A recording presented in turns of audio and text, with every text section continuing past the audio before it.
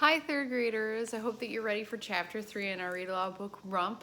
That's helping us with our fairy tale unit.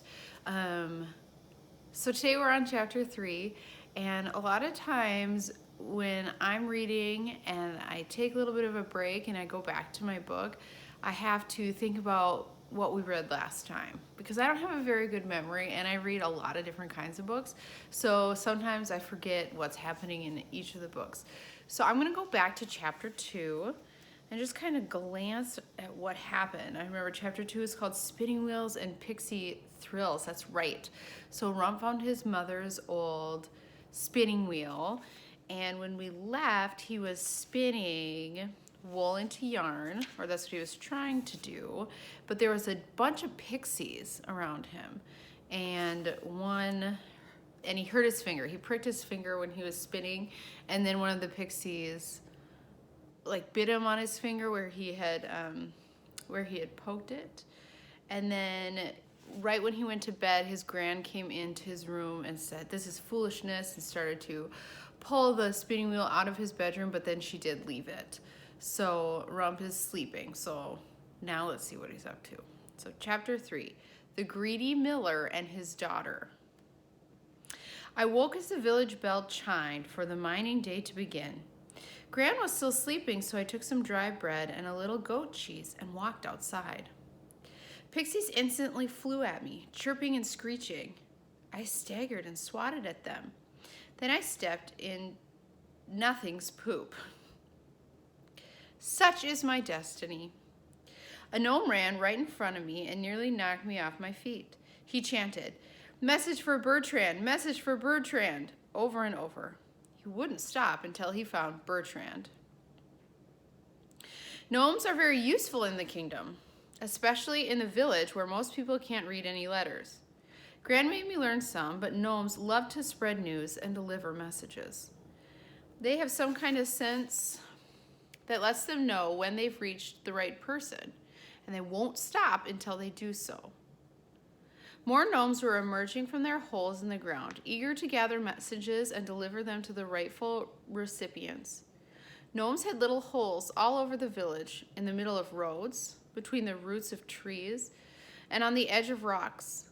They looked just like rabbit holes, but supposedly gnome holes led to a large underground cavern where they kept hoards of food. That's what we all guess, since gnomes are quite chubby, but you never see them eating above the ground.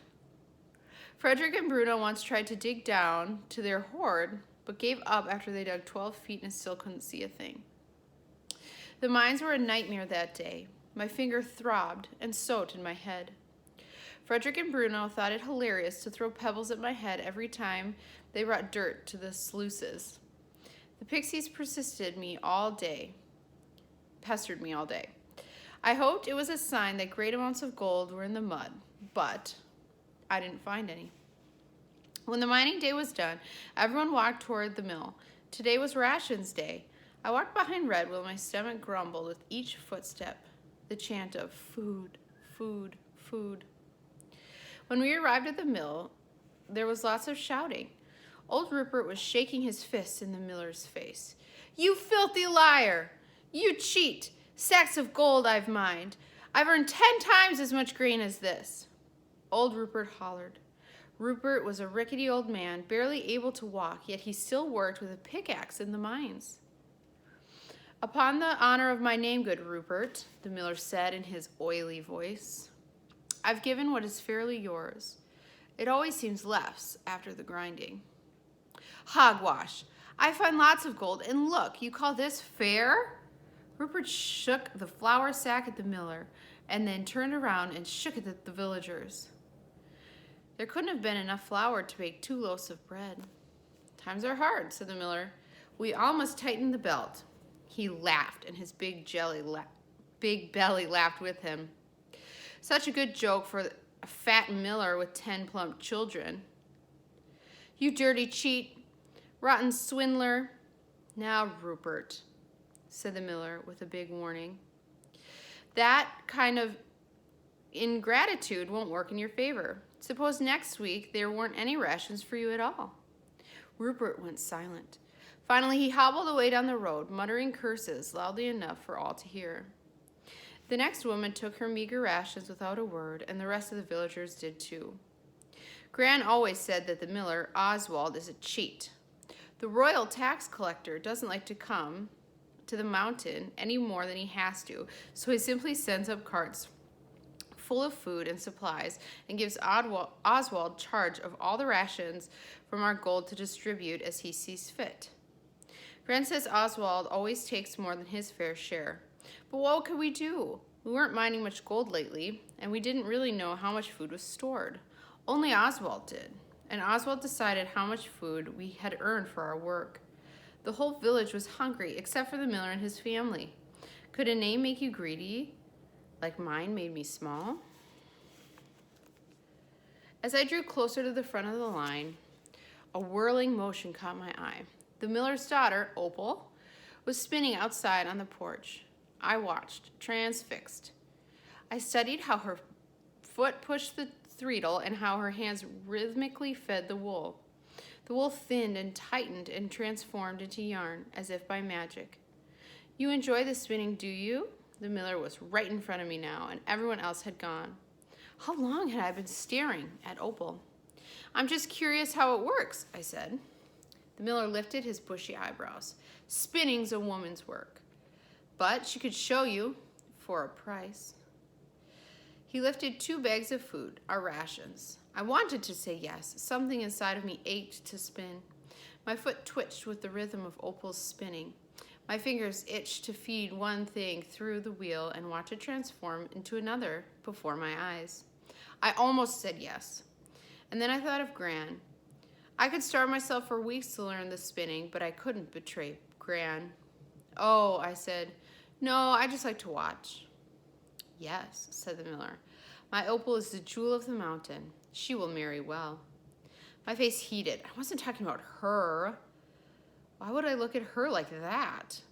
Sure, she was pretty with her golden hair and ruby lips. Hans Jacob had offered the miller 4 sheep and a milking cow for her hand in marriage. It was a fortune. But the miller flatly refused. Opal was worth much more than that, he said. Hans Jacob left with his head low, and everyone thought the miller was crazy. Did he expect a royal marriage? Just at that moment, Opal looked up at me. I noticed something I hadn't before. She was beautiful, yes, but her face looked sort of blank. Opal stared at me and then flicked out her tongue and wound it around in her mouth like a frog catching flies. Not so beautiful. She did it again, a kind of nervous tick. I wondered if Hans Jacob had noticed these things. Maybe they would make him feel better. The miller placed my rations at my feet. Find a little extra gold and I'll have Opal show you how to spin. She's a fine spinner, but I've known some who possess a more natural talent. He looked down at me with a strange smile on his face. Was he being kind?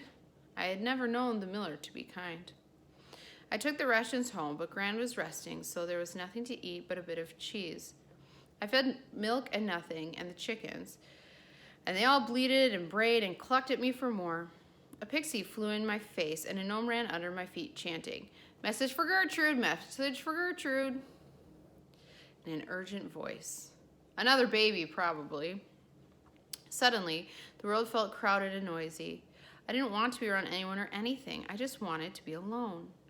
There's only one place on the mountain where you can be alone: the woods. Most people avoid the woods because of the trolls and ogres. It's also home to the Witch of the Woods, and witches are best left alone. I heard of a witch who liked to catch children and cook them for her supper.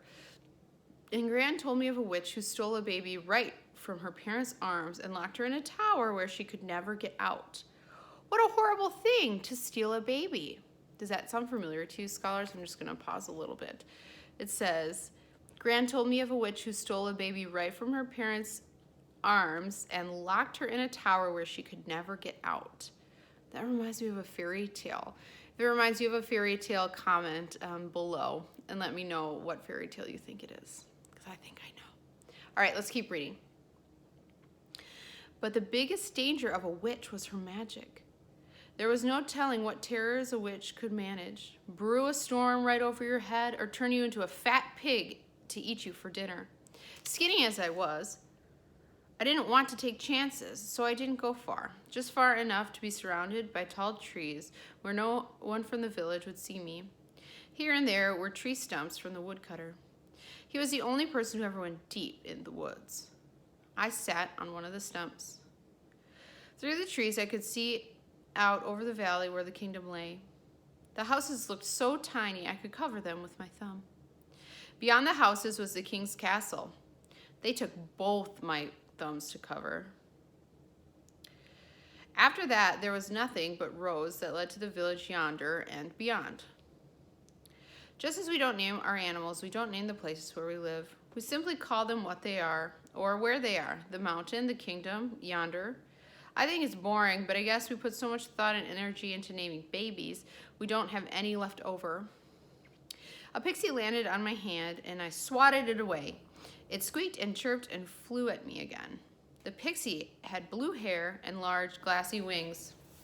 He looked so sweet and harmless that I forgot sense and stuck my finger out to him, as if he were a tame bird. He landed on me and giggled. He had such a smug and teasing look on his face, like he knew a secret about me. Maybe he knew where all the pixie gold was buried. 2 more pixies landed on me. I brushed them off gently. They darted away but came back. One landed on my shoulder, another on my ear, and another and another. They danced on my head, my arms, my fingers, squealing and chirping. I tried to shake them off until I lost my balance and fell off the tree stump. The pixies attacked. They shot at me like an explosion of many-colored sparks. One bit my arm, more bit my hands. I kicked and thrashed to get them off. Buzzards, I'd screamed. But they shrieked and converged on me like a flying army. Another one bit my neck. Then something showered down on top of me, and when I opened my mouth to yell, I got a mouthful of dirt. More dirt came raining down. It was raining dirt. The pixies shrieked louder than ever and flew away in a swarm. When I got the dirt out of my eyes, they disappeared, and I looked up to see a girl. It was Red. She was staring at me, curious, and said, "Are you made of gold or something?" All right, and that is the cliffhanger that chapter 3 is going to leave us on. I think that might be foreshadowing, which we might talk about tomorrow. So Red asked Rump if he was made of gold or something.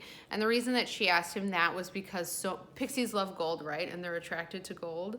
So when you see pixies on the mountain, he gets excited because he thinks, oh, maybe they'll show me where the gold is. But lately, pixies seem really interested in Rump. So I'm sure we'll figure out why in the coming chapters. So I hope that you're enjoying Rump, and I hope that you enjoyed chapter 3. And I will see you guys tomorrow or maybe Monday. I'll see you guys Monday with chapter 4. Have a good weekend. Bye.